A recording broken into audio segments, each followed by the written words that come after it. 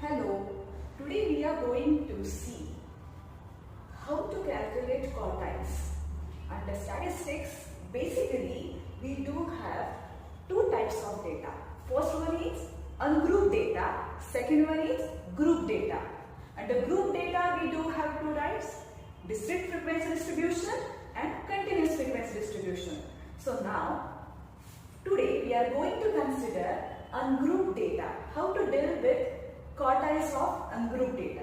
So basically, under partition values, now let's find out Q3 for this ungrouped data. Generally your ungrouped data is in this kind of form, or they can put it into the table, right? So while calculating quartiles for ungrouped data, step 1 is arranging the data in ascending order. Ascending order means increasing order. Lower value to upper value. So accordingly, I have already arranged the data in ascending order. Fine. So over here only we have to calculate n is equal to. So if you count the numbers, it is total numbers are 14. Our 14 is even number. This is very important to consider or note down whether it is n is even or odd.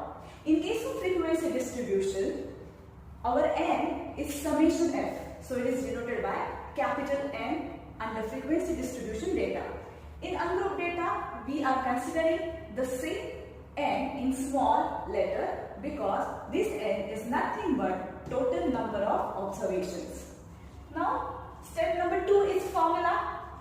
Formula is Qi is equal to the value of I into bracket n plus 1 divided by 4th observation. As we are calculating quartile, so we have to divide it by 4 because there are 4 sets of 3 months in a 1 year. That's why it is called quartile. Over here I is number of quartile, that means whether it is lower, upper or middle quartile, that is Q1, Q3 and Q2. So over here they have asked find the Q3. So we have substituted the figure. Over here we are calculating Q3. That means our I is equal to 3. So 3. What is our n? 14. 14 plus 1 upon 4. So calculations are finding 11.75th observation we need to calculate under Q3. So how to calculate this? As this is fractional or decimal base number, we have to calculate first whole number 11th observation plus 0.75 of the difference between 12th and 11th observation. Why are we calculating difference of this? See the note. So anywhere our number is, we have to calculate 11.75th observation. In this case 11th observation and 12th. So our 11.75th observation will lie in between these two values. So that's why we have to take the difference of 0.75 of 12th and 11th observation.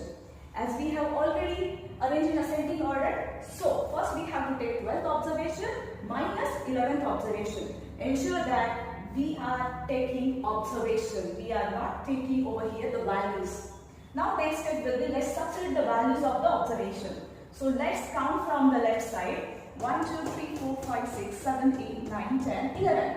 And this will be by 12. Right? So we have to take the difference of 12th observation and 11. At the same time, 11th observation separately. So 11th observation is 3 and this is 0.75 of 3 minus 3. So that's why into 0, whatever 3 minus 3 is 0, 0.75 of 0 plus 11th observation. So this is nothing but 3 plus 0. Its value will be 0. 3 to 3. That's it. This is how Q3 is calculated.